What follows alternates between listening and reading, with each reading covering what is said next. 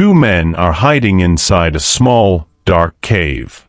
Outside, armed men are searching for them, close enough that their footsteps can be heard. One of the men inside is shaking, certain they are seconds from being found and killed. The other man turns to him and says just 3 words. Those 3 words are now used by therapists, psychologists, and everyday people around the world, 1,400 years later, as one of the most powerful tools against anxiety and overthinking ever recorded. I'm going to tell you this true story, and then break down exactly why those words work, and how you can use the same principle the next time your own mind won't stop spiraling. Let's get into it. The Cave of Thawr. This is the story of the Prophet Muhammad and Abu Bakr, radiyallahu anhu, during the migration from Mecca to Medina, recorded in Sahih al-Bukhari and directly referenced in the Qur'an. Enemies were actively hunting them, offering a massive reward for their capture. The Prophet and Abu Bakr hid inside a cave called Thawr. According to the accounts, their pursuers came so close that they stood at the very entrance of the cave. Abu Bakr, one of the most courageous men in Islamic history, was terrified. Not for himself, but for the safety of the Prophet. He whispered, "If one of them simply looks down at his feet, he will see us." The Prophet, calm in a moment where panic would have been completely understandable, replied with a sentence now recorded in the Qur'an itself. "Do not grieve, indeed Allah is with us." 3 words in Arabic, La Tahzan, Inna Allaha Ma'ana. They weren't found.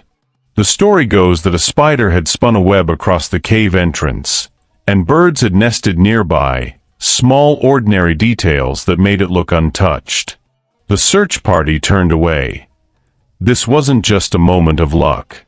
It's a complete framework for how to face overwhelming fear and overthinking, and it still works today. Abu Bakr was not weak. He was known for immense courage throughout his life. And yet in that cave, his fear was real and visible. This matters because so many people believe anxiety means something is wrong with them. It doesn't. Fear is a completely human response to genuine danger or uncertainty. The goal was never to feel nothing. It was what happened after the fear that mattered. Overthinking thrives on uncertainty, the what-if loop that has no end. The Prophet's response gave Abu Bakr something concrete to hold on to, not "it will be fine," which is vague, but "Allah is with us," a statement of certainty in a moment that felt completely uncertain. Modern psychology confirms this same principle. Anxious thought spirals lose power the moment you introduce a fixed, grounding certainty instead of more unanswered questions. It's easy to think this story is only about just trust and don't do anything. That's not accurate. They had already taken real action. They chose a hidden cave, waited for the right timing, and had arranged a guide for the journey ahead. Trusting Allah didn't replace preparation. It accompanied it. Real trust in Islam is paired with real effort.